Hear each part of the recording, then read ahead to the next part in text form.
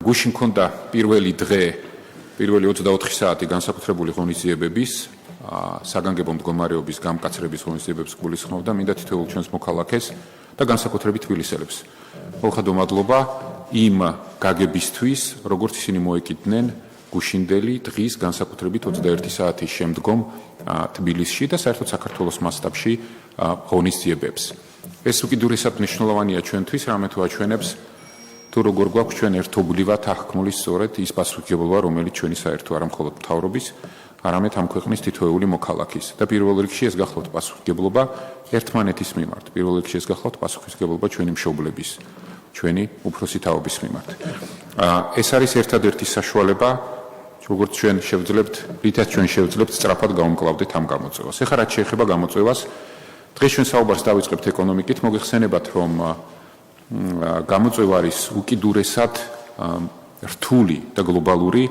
დღეს შეუძლებელია ფაქტიურად როგორმე სწორი პროგნოზის გაკეთება იმასთან დაკავშირებით, რამდენად მძიმე იქნება შედეგები, ზემოქმედების უარყოფითი შედეგები ეკონომიკაზე. ეს ერთნიშნულოვნად ცხადია, როდესაც ჩვენ საუბრობთ ჩვენ საერთაშორისო პარტნიორებთან, საფინანსო ორგანიზაციებთან. ერთნიშნულოვნად ყველათან ხვდება, რომ ჩვენ შევდივართ რეცესიის პერიოდში და რა თქმა უნდა შეუძლებელია, რომ ამას არ ქონდეს მძიმე ზეგავლენა საქართველოს ეკონომიკაზეც. ეს არის საქართველოს ეკონომიკაზე გლობალური ტენდენციების ზეგავლენა, თუმცა ჩვენ ასევე ძალიან კარგად გვესმის, რომ ის ღონისძიებები, რომლებსაც ჩვენ ახლა ვატარებთ, მკაცრი ღონისძიებები ვირუსთან, COVID-19-თან ბრძოლის და გამკლავების თვალსაზრისით, რა თქმა უნდა პირდაპირ იქონიებს ზეგავლენას ეკონომიკურ შედეგებზეც. და ჩვენ არ ვართ დღეს იმ მდგომარეობაში, რომ ვისაუბროთ ეკონომიკის იმ ზრდაზე, რომელზეც წლის დასაწყისში საუბრობდით, იმ შემოსავლებზე ქვეყნის ეკონომიკიდან, რომელზეც წლის დასაწყისში საუბრობდით და რა თქმა უნდა ყველას კარგად გვესმის, რომ ჩვენ დღეს ფუნქციონირებთ და სახელმწიფო ფუნქციონირებს კრიზისული ბიუჯეტის ფარგლებში. მაგრამ აქვე აღსანიშნავია ის, რომ პირველ რიგში ჩვენ გვესმის, რომ თითოეულმა მოქალაქემ, ჩვენმა მოქალაქემ მიიღო პირდაპირი ეკონომიკური ზიანი იმ ღონისძიებებთან დაკავშირებით, რომლებიც მთავრობა იძულებულია რომ გაატაროს მათივე ჩვენი მოქალაქეებისვე ჯანმრთელობის დასაცავად. და ეს ზიანი ხშირ შემთხვევაში არის პირდაპირი და ხელშესახები. უბრალოდ ხშირ შემთხვევაში ადამიანებმა დაკარგეს შემოსავალი და დაკარგეს სამუშაო ადგილები. სწორედ ამიტომ ამ ეტაპზე და იმის გათვალისწინებით, რომ ეს კრიზისი ყველა სხვა კრიზისისგან განსხვავდება იმით, რომ შეუძლებელია ზუსტი პროგნოზი, როგორც დროის თვალსაზრისით რამდენხანს გაგრძელდება, ისევე ეკონომიკაზე მიყენებული ზიანის სწორი დღევანდელი მოცებულობით შეფასების თვალსაზრისით, ამიტომ ჩვენ იძულებული ვართ და ჩვენი პასუხისმგებლობა გახლავთ ყველა სხვა აქტორისგან განსხვავებით, მაქსიმალურად ეფექტურად და რაციონალურად გამოვიყინოთ თუნდაც ის მწირი შესაძლებლობები ჩვენი ეკონომიკის, რომელიც ჩვენ დღეს გვაქვს. ამიტომ მთავრობის გადაწყვეტილებით უკვე დღეის მდგომარეობით გამოიყო 2 მილიარდი ლარი ეკონომიკის პირდაპირი დახმარების თვალსაზრისით. ეს გახლავთ ის დახმარება, რომელიც მიმართული იქნება როგორც სამუშაო ადგილების შესანარჩუნებლად, ასევე კომპანიების შესანარჩუნებლად, კომპანიების მიმდინარე წარმოებების, მიმდინარე ბიზნესების შესანარჩუნებლად. ეს უკიდურესად მნიშვნელოვანია ჩვენთვის, რამე თუ კრიზისის დაძლევის ფაზის თანავე საქართველოს ეკონომიკა იყოს მზას სწრაფად განვითარდეს და აღადგინოს ის სასტარტო პოზიციები, რომლებიც ჩვენს ეკონომიკას ჰქონდა წლის დასაწყისში. ამ მიმართულებით ერთნიშნულოვნად ჩვენი გადაწყვეტილება გახლავთ ის, რომ ჩვენ მაქსიმალურად გავაკეთებთ უსაფრთხოების, ჯანმრთელობის უსაფრთხოების დაცვის პირობებში შევინარჩუნოთ მსხვილი ინფრასტრუქტურული პროექტები, სისტემური ინფრასტრუქტურული პროექტები, ისევე როგორც მხარი დაუჭიროთ და მივცეთ საშუალება გააგრძელონ მუშაობა სისტემურ წარმოებებს და მაქსიმალურად ხელი შეუწყოთ ეკონომიკის სისტემურ დარგებს.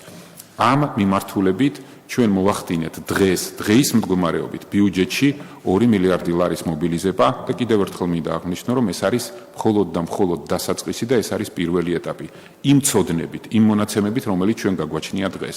ჩვენ გვესმის, რომ გარკვეულ ეტაპზე, გარკვეული დროის შემდგომ შესაძლებელია ჩვენ აღმოვჩნდეთ ისეთი გამოწვევების წინაშე, რომ ეს დახმარება იყოს კიდევ უფრო გასაზრდელი. გარდა ამისა, მე მინდა აღნიშნო, რომ ეს თანხა არ მოიცავს ჯანდაცვის თვალსაზრისით ბიუჯეტიდან პირდაპირ მიმართულ თანხებს და გამოყოფილ თანხებს COVID-19-თან ბრძოლის წინააღმდეგ ეს ცალკე თანხა, რომელიც გახლავთ 351 მილიონი ლარის ოდენობით. ეს არის ის თანხა, რომელიც ბიუჯეტში, კრიზისულ ბიუჯეტში არის დღეს მდგომარეობით რეზერვირებული იმისთვის, რომ ჩვენ ვიბრძოლოთ ჩვენი თანამოქალაქეების ჯანმრთელობისთვის და ყველაფერი გავაკეთოთ იმისთვის, რომ ხელი შეუშალოთ ინფექციის, როგორც მასშტაბის, ასევე გეოგრაფიული გავრცელების სწრაფ ზრდას და ეს თანხა უნდა იყოს ასევე უაღრესად რაციონალურად გამოყენებული. მაგრამ აქ ყველაზე მნიშვნელოვანი გახლავთ თუ როგორ ვახერხებთ ჩვენ თითოეული ჩვენი მოქალაქის პირდაპირ დახმარებას დღევანდელ ეტაპზე, ამ ეტაპზე რომელზეც ჩვენ დღეს ვიმყოფებით, მთავრობამ მიიღო გადაწყვეტილება თითოეულ ჩვენს მოქალაქეს, ყველა მათგანს, რომელიც თვის განმავლობაში მოიხმარს 200 კილოვატზე ნაკლებ ელექტროენერგიას და ასევე 200 მეტრ კუბზე ნაკლებ გაზს, 3 თვის განმავლობაში, მარტი, აპრილი და მაისი სრულად დაუფინანსებს კომუნალურ გადასახადებს.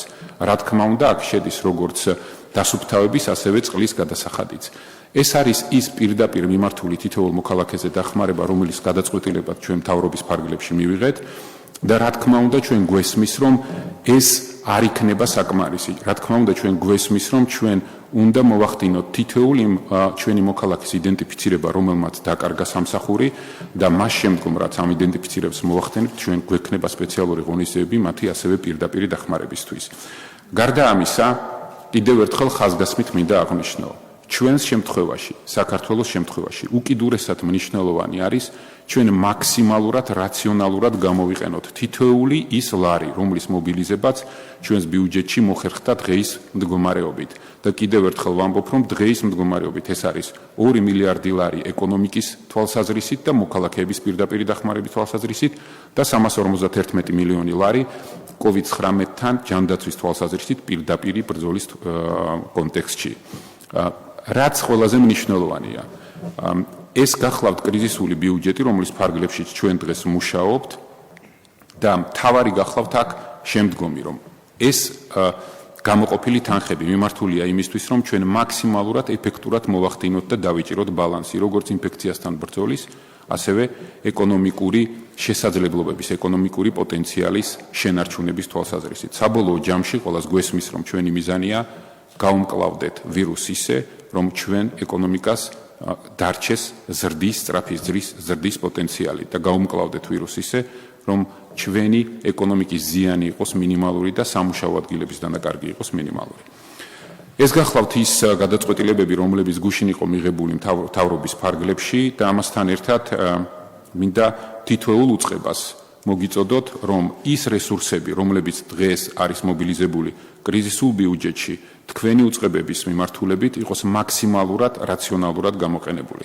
რა თქმა უნდა, ჩვენ ვისაუბრებთ კიდე მიმდინარე ხარჯების რადიკალურ შემცირებაზე, რასაც ითვალისწინებს ასევე კრიზისული ბიუჯეტი და აქ ასობით მილიონზეა საუბარი, თუმცა ყველას უნდა გვესმოდეს, რომ ძირითადი გამოწვევა მდგომარეობს შემდგომში, რომ რთულია კონკრეტული და ძალზედ მაღალი ხარისხის პროგნოზების გაკეთება. ამიტომ ფაქტობრივად ჩვენ ყოველდღიურად ახალი გამოწვევების წინაშე გვიწევს ფუნქციონირება და ჩვენი მთავარი ამოცანა უნდა გახდეთ რაციონალური, ეფექტური მოქმედება მენეჯმენტის და ბიუჯეტის ხარჯვის ნაწილში და ასევე ეფექტური მოქმედება ვირუსთან ბრძოლის თვალსაზრისით.